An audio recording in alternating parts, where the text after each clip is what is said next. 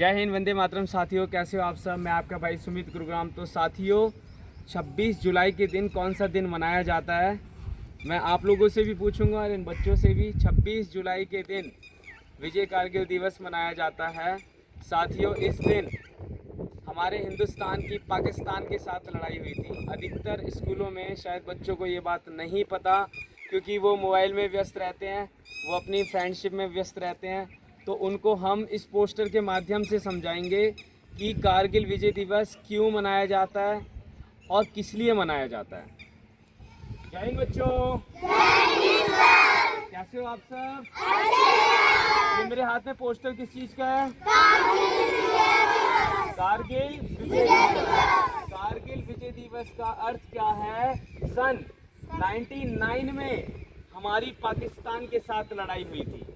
भारतीय सेना की पाकिस्तान के साथ लड़ाई हुई थी सन 99 में, मई में। और ये लड़ाई लद्दाख के पास हुई थी। साथियों, ये लड़ाई कम से कम 3 महीने तक चली थी और हमारे भारत देश के फौजियों ने पाकिस्तान की फौज को मुंहतोड़ जवाब दिया और उन्हें बहुत बुरी तरह हराया।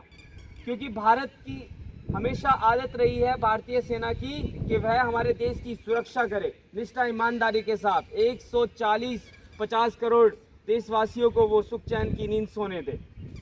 आज जो हम सुरक्षित हैं, आज जो हम महफूज हैं, वो भारतीय सेना की वजह से। उनका बलिदान हमेशा रहा है।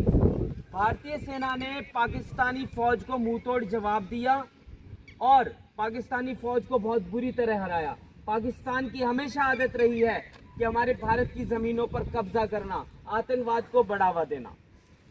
तो कारगिल विजय दिवस कोई नॉर्मल नहीं है, साधारण दिन नहीं है। ये पूरे भारत के लिए विजय का दिन है। पूरे भारत के लिए विजय का दिन है ये। हर भारतीय को पता होना चाहिए कि हम कारगिल दिवस क्यों मनाते हैं। 26 जुलाई को कारगिल दिवस मनाया जाता है, कारगिल विजय दिवस। और आप सभी बच्चों को ये पता होना चाहिए कि क्यों मनाया जाता है।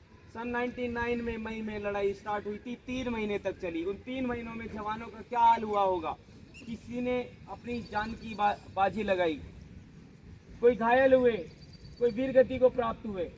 तो हम यही आपसे कहना चाहते हैं कि आप जितने भी बच्चे हैं, भारतीय सेना के जवानों की तरह मजबूत बने, अपने अनुशासन में रहें, पढ़ाई अच्छी तरह करें, शारीरिक व्यायाम करें और देश की फौज में शामिल होकर देश की रक्षा करें। हम लोग आपको क्यों समझाते हैं?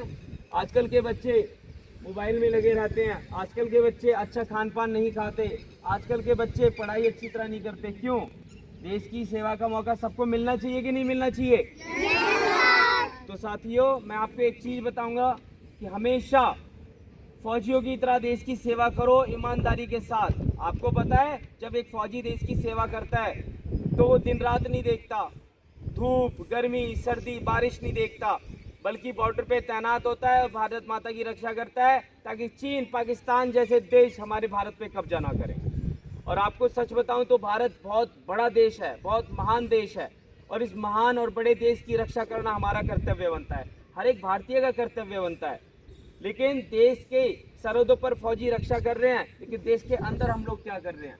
हम लोग आपस में धर्म और जात की लड़ाइयाँ लड़ रहे हैं, हम लोग आपस में एक दूसरे को मार रहे हैं, हम लोग आपस में एक दूसरे का शोषण कर रहे हैं, अत्याचार कर रहे हैं। क्या ये सही है?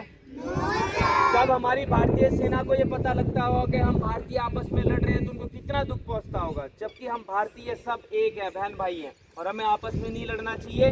जबकि भारतीय सेना के जवानों का हमेशा हौसला बढ़ाना चाहिए, उनके लिए दुआएं मांगनी चाहिए भगवान से कि वो जहाँ भी रहें सुरक्षित रहें। तो आप लोग बनोगे फौजी? करोगे देश की रक्षा? करोगे भारत माता की रक्षा? फौज में जाओ, अच्छे पढ़ो लिखो, देश के जवान बनो। ठीक है बच्चों? कोई भी बुरी संगत में नहीं रहना। और जहाँ भी आपको हमारे भारतीय सेना के जवान दिखाई देते हैं वर्दी में, आप उन्हें सल्यूट करें, आप उन्हें हाथ जोड़कर नमन करें, क्योंकि वो जवान नहीं है, वो हमारे देश के रक्षक हैं, जो भगवान के आशीर्वाद से आए हैं। ठीक है बच्चों? जय हिंद।